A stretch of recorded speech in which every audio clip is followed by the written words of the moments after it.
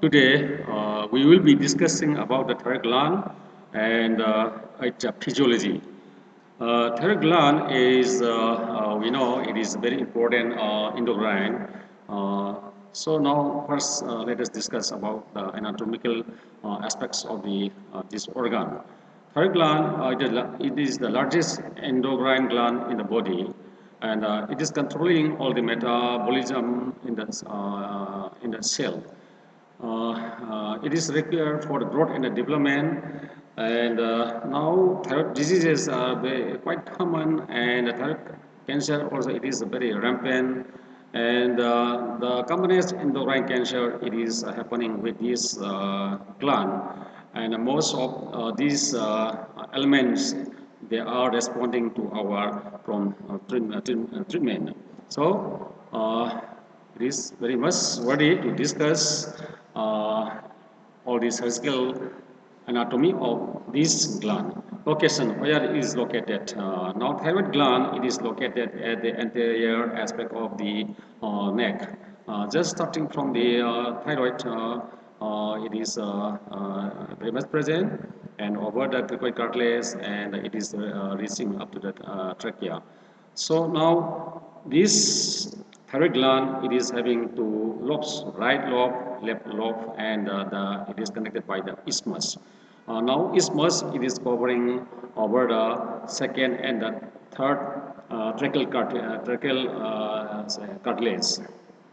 So now it is extending over this from the C5 to thoracic, first thoracic level, and the isthmus it is corresponding to the first and the second and the, not first, second and the third tracheal ring. So let us see the next slide. The pulse of the thyroid, it is having, as I have said, right lobe, left lobe, and connecting them is your isthmus. And near the left lobe, we are having this pyramidal lobe. Uh, and what is the weight of this adult thyroid gland?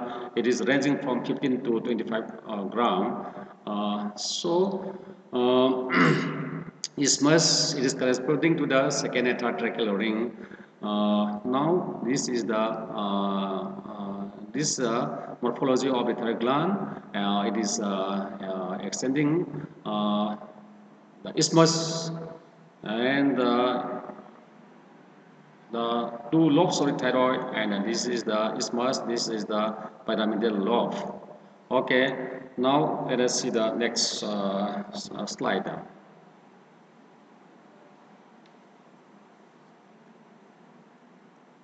Okay, what are the anterior relation?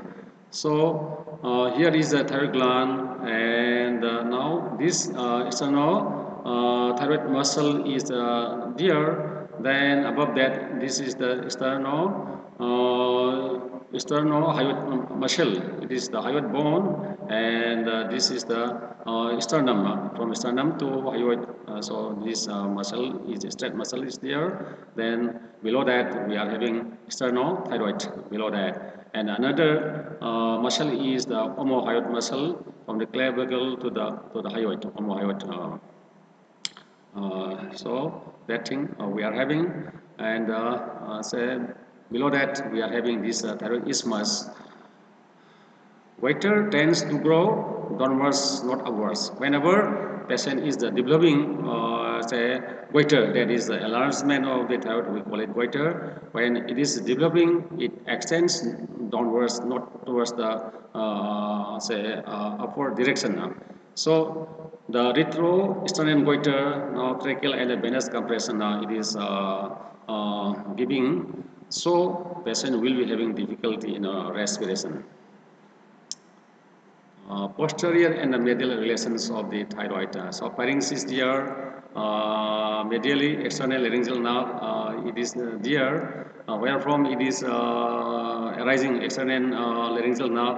So the superior say laryngeal nerve. It is arising from the vagus after say just after coming out of the this jugular foramen, and now the superior laryngeal nerve it is divided into external laryngeal nerve and the internal laryngeal nerve. External laryngeal nerve it is going down to supply the cricothyroid muscle. So this is the here external laryngeal nerve. It is now going near the superior carotid artery. So thyroid is having two arterial supplies. First is superior and second is the inferior thyroid artery. Superior thyroid artery it is going this superior external laryngeal nerve. Then common carotid artery is there. Then internal jugular vein is there. Then vagus nerve is there. So now vagus nerve as it is going down. Now the very important branch that is the recurrent laryngeal nerve. It is arising from this vagus and it hooks the arch of aorta on the left side, and so the left recurrent laryngeal nerve it is having longer length. That is why it is very much prone to develop paralysis in comparison to that of the right side. The right side, right recurrent laryngeal nerve, it is hooking around the subclavian artery, and it comes up, and it is supplying the muscles of the larynx, which is responsible for the movement of the vocal cord, except that cricothyroid, as I have said, it is supplied, that is cricothyroid muscle by the external laryngeal nerve. So waiter gives dyspnea, dysphagia. Dyspnea means difficulty in respiration, dysphagia, difficulty in swallowing, and dysphonia, difficulty in voice production. So near total thyroidectomy is done, and here we have to preserve the parathyroid glands, otherwise it will be resulting to the fatal condition. Now let us see the next slide. Uh,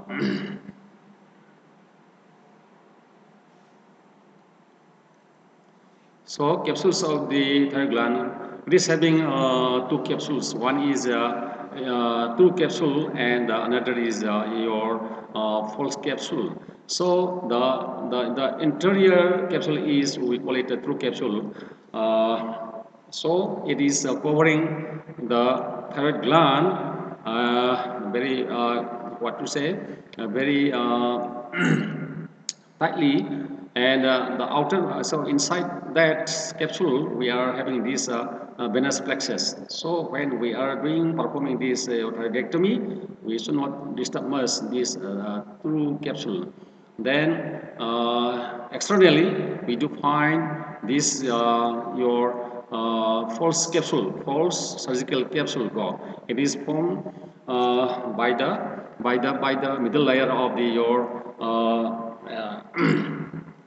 yeah, fascia, deep fascia by the middle layer, deep fascia of the neck, and it is areolar, loose areolar tissue. This is the loose areolar tissue. Okay.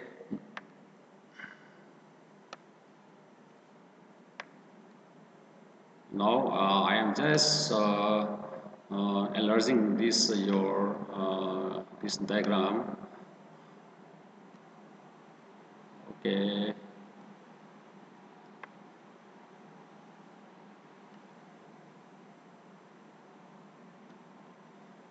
It is a bit difficult to adjust the slide.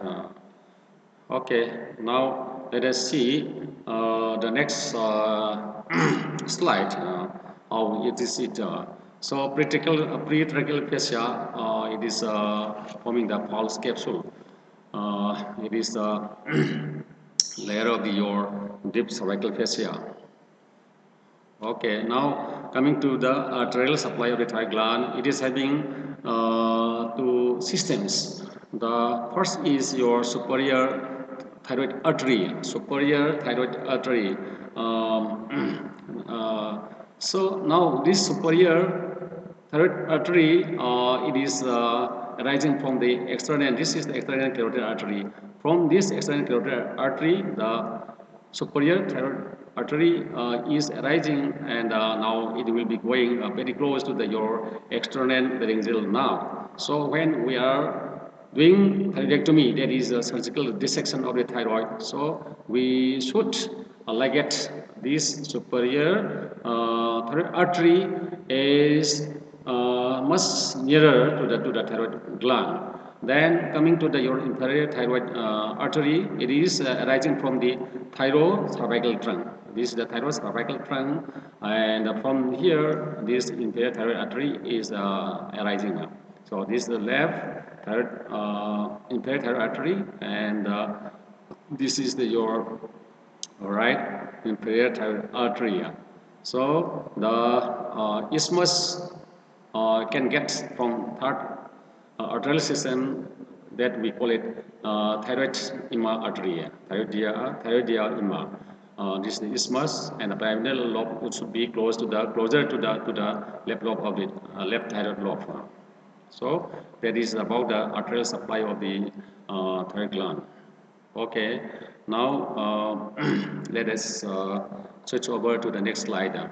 So, surgical importance of the thyroid artery is impaired thyroid artery is ligated away from the gland to prevent injury to the recrolaryngeal nerve. Then, whereas the external carotid artery, it is very much running near the external laryngeal nerve, so it should be ligated superior thyroid artery, and its branches are ligated near the superior pole of the thyroid to prevent injury to the external laryngeal nerve. That is the very important. That this is the your external laryngeal nerve. Once it is injured, once it is ligated, then vocal cord will be inferior, and it will be bowing. So there will be loss of the pitch. That is, your pitch of our speech will be deranged. This recurrent laryngeal nerve is it is going here very near, so we have to ligate. If we are ligating here, we avoid inflicting injury to the recurrent laryngeal nerve. And here above, if we are ligating this external carotid artery a bit away from the gland, then we may ligate include that external laryngeal nerve. That is why we should ligate this superior thyroid artery as much as possible nearer to the thyroid gland. So that is the thing we should keep in our mind. So the venous drainage of the thyroid gland. So we are having two arterial supply, that is your superior thyroid artery and inferior thyroid artery. But here in the venous drainage, we are having three veins, namely superior thyroid vein and the middle thyroid vein. They are draining towards the internal jugular vein. This superior thyroid vein and the middle thyroid vein, they are draining towards the internal jugular vein. Then the inferior thyroid vein, this is the inferior thyroid vein, it is draining towards the brachiocephalic vein, right? Brachiocephalic vein and the left brachiocephalic vein. Here, the inferior thyroid vein, it is draining. So, three venous system we are getting in respect of the thyroid gland. Then coming to the lymphatic drainage of the gland, it is very important to discuss here because for the diagnosis of the cancer of the larynx, the first and the foremost findings we may encounter is neck swelling. So it is important in the management of the metastatic cancer, and the metastatic lymph node may be the first sign of the cancer. So what are the drainage? They are prelaryngeal, paratracheal, and pretracheal systems. So they are for the lymphatic drainage, and above that we are having the level 2, 3, and 4. These Prelaryngeal, pretracheal, and the pretracheal, they are for central compartment and they are running towards the superior mediastinum. So these are to be kept in our mind about the lymphatic system of the thyroid gland. Now, this thyroid development, yes, it is ready to rate it. Yes, the applied embryological importance is there can be aplasia, total or partial. That is the absence of the thyroid or partial absence of the partial presence of the thyroid gland. Here, absence of the isthmus is here, left and the right lobe, and this is the pyramidal lobe. The pyramidal lobe is present, but there is the absence of the isthmus. Absence or incomplete isthmus may be there, then pyramidal lobe may be absent or it may be very prominent. Then accessory thyroid tissues, it can happen somewhere outside the domain of this thyroid gland. Here, this is the connective tissue.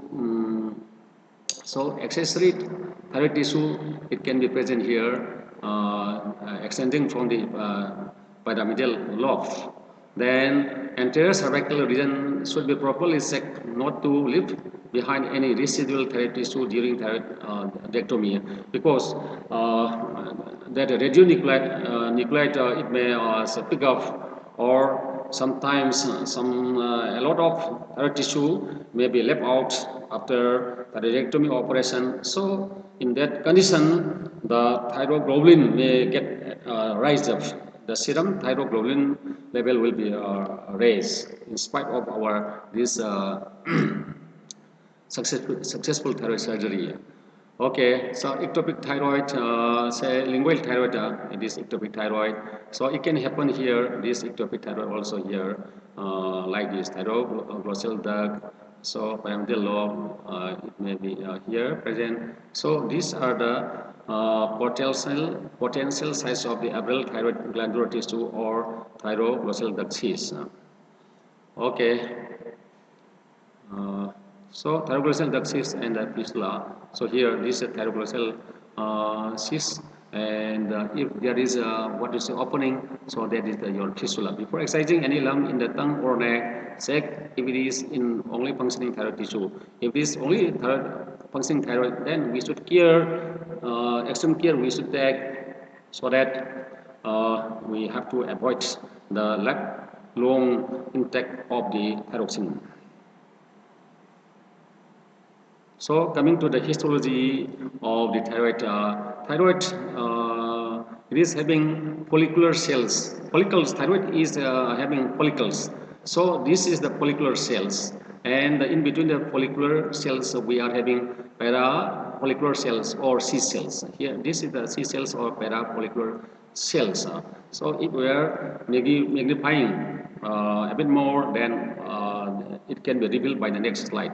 That is, this is the thyroid follicle, and this is the follicular cells, and in between these thyroid follicular cells, the follicular cells, we are giving this your parafollicular cells or C cells. So this is the structure, the histological structure of the thyroid gland. And at the middle of the follicle, we do have colloid material.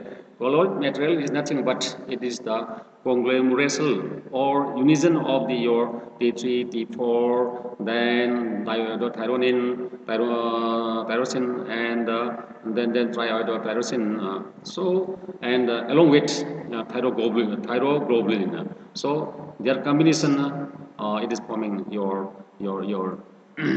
colloid. Colloid is inside the thyroid follicles. Okay, in between them, it is parafollicular cells. It is producing calcitonin, which is say lowering, which lowers the calcium serum calcium level. And these follicles, follicular cells, they are synthesizing the T3, T4. Those things we can discuss when we are towards the physiology of the thyroid. Yes. Now, what are cell types? Yes, I have explained. Thyroid gland contains two types of the cells.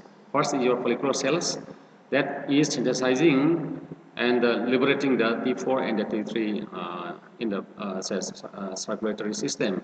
Then second type of the cell is parafollicular cells, or also called C cells. So it is releasing calcitonin that lowers the calcium level.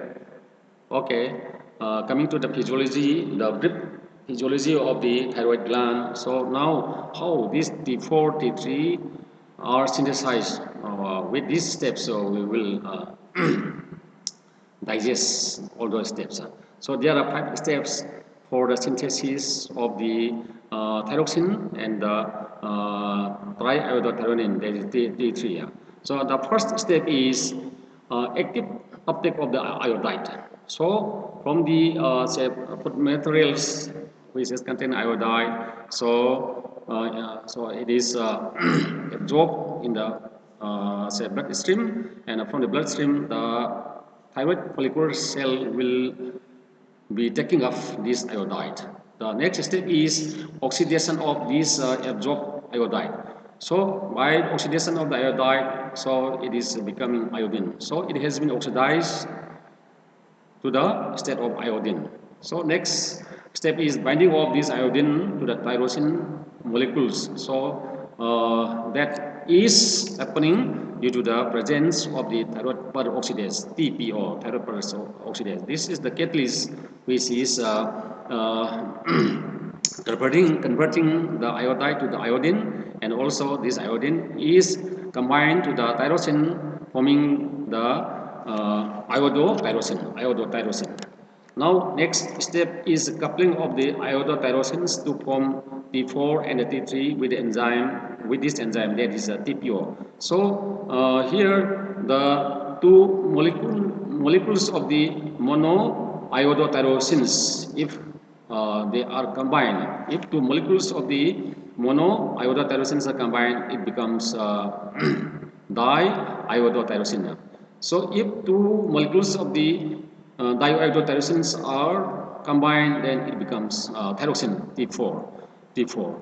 If one molecule of diiodotyrosine is combined with one molecule of the mono iodotyrosine, then it becomes T3. T3, triiodotyrosine. So in such way, T4 and the T3 are synthesized in the presence of the enzyme so-called TPO, thyroid peroxidase. So up to this step, it is due to the presence of your thyroid peroxidase. Now after this, thyroglobulin are bound together, and it is forming the colloid. The colloid is present inside your thyroid follicles. So in such way, this colloid is formed and it is present inside the thyroid follicles. So next step is at the time of secretion. When thyroid hormones are required, colloid is taken up by the thyroid cells, that is your follicular cells, and the peptide bonds between the thyroglobulin and the iodinated residues are broken to release T4, T3, diiodotyrosine, and the monoiodotyrosine by the enzyme protease. Here, different enzymes, they are coming in for this breaking up of this your colloids. So now T4, T3, diiodotyrosine, monoiodotyrosine, they are very much present, and if required, T3, T4 can be released. So now what is the next step? So here it has been degraded from that your colloid. Now the uncoupled iodinated tyrosine, that is your diiodotyrosine, monoiodotyrosine, tyrosine. So now they are deiodinated by the enzyme, so-called different enzyme, iodotyrosine deiodinase, iodotyrosine deiodinase. So with this enzyme, iodines are liberated in a recycle. So now the enough amount of iodine, now it can be made available to the thyroid gland due to this recycle.